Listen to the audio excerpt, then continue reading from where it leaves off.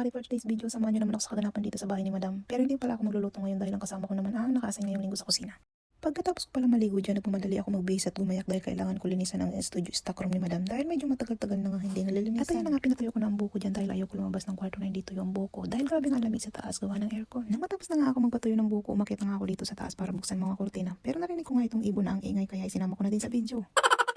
At binuksan ko na nga itong mahiwagang kurtina at ito nga bumungad sa akin. Sobrang ang init sa labas kahit umagang-umaga. Pero kahit sobrang init, may mga nagtatrabaho pa rin sa labas lalo na mga gumagawa ng bahay at yung mga naglilinis sa kalsada. Kaya saludong-saludo po ako sa inyo at ingat po kayo. Munta na nga pala ako sa kusina para magkape at mag-almusal bago ko naman umpisahan ang trabaho dahil panigurado sobrang busy na naman ngayong araw. Nakaway-kaway po sa mga mahilig magkape dyan katulad ko na hindi kumpleto ang araw kung hindi makainom ng kape. At minsan nga nakakatatlong tasa ng kape sa isang araw.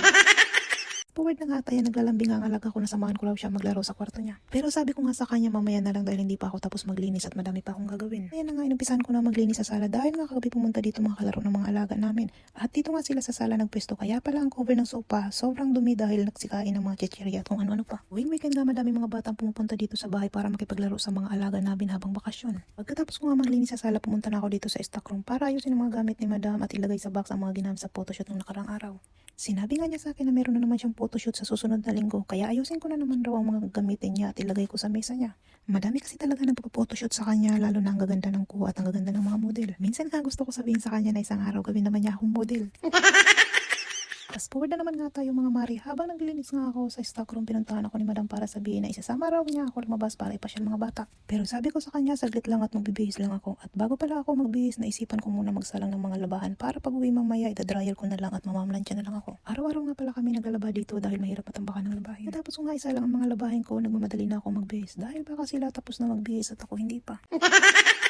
Malapit lang naman ang pupuntahan namin, 10 minutes lang mula sa bahay, kaya ilang minuto lang nakarating na kami. Akala ko kung saan pupunta yung pala dito lang sa palaruan. Ito pala ang nakwento sa akin ng alaga ko na may bagong bukas dito na palaruan malapit lang dito sa bahay. At pagpasok nga namin sobrang ganda at napakalawak na palaruan ng mga bata, lalo na madaming slide at kung ano ang mga karakter na nakalagay sa slide. Maya-maya nga lang may lumabas na dalawang nakamaskot, ang isa octopus at ang isa hindi ko alam kung ano ang tawag sa kanya. Natakot nga ang mga alaga ko sa mga nakamaskot kaya pumunta na lang kami dito sa motorcycle. At sinabi nga niya sa akin na videoan ko raw siya at ipasa ko sa mama niya.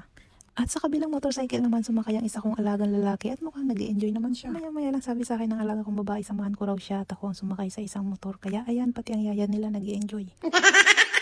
Pagkatapos ng isang oras na paglalaro ng mga bata, sinundo na kami ng Maneo para umuwi. Kaya ayan, hanggang dito na lang po muna. Maraming salamat po sa panonood. See you po sa next video. Bye!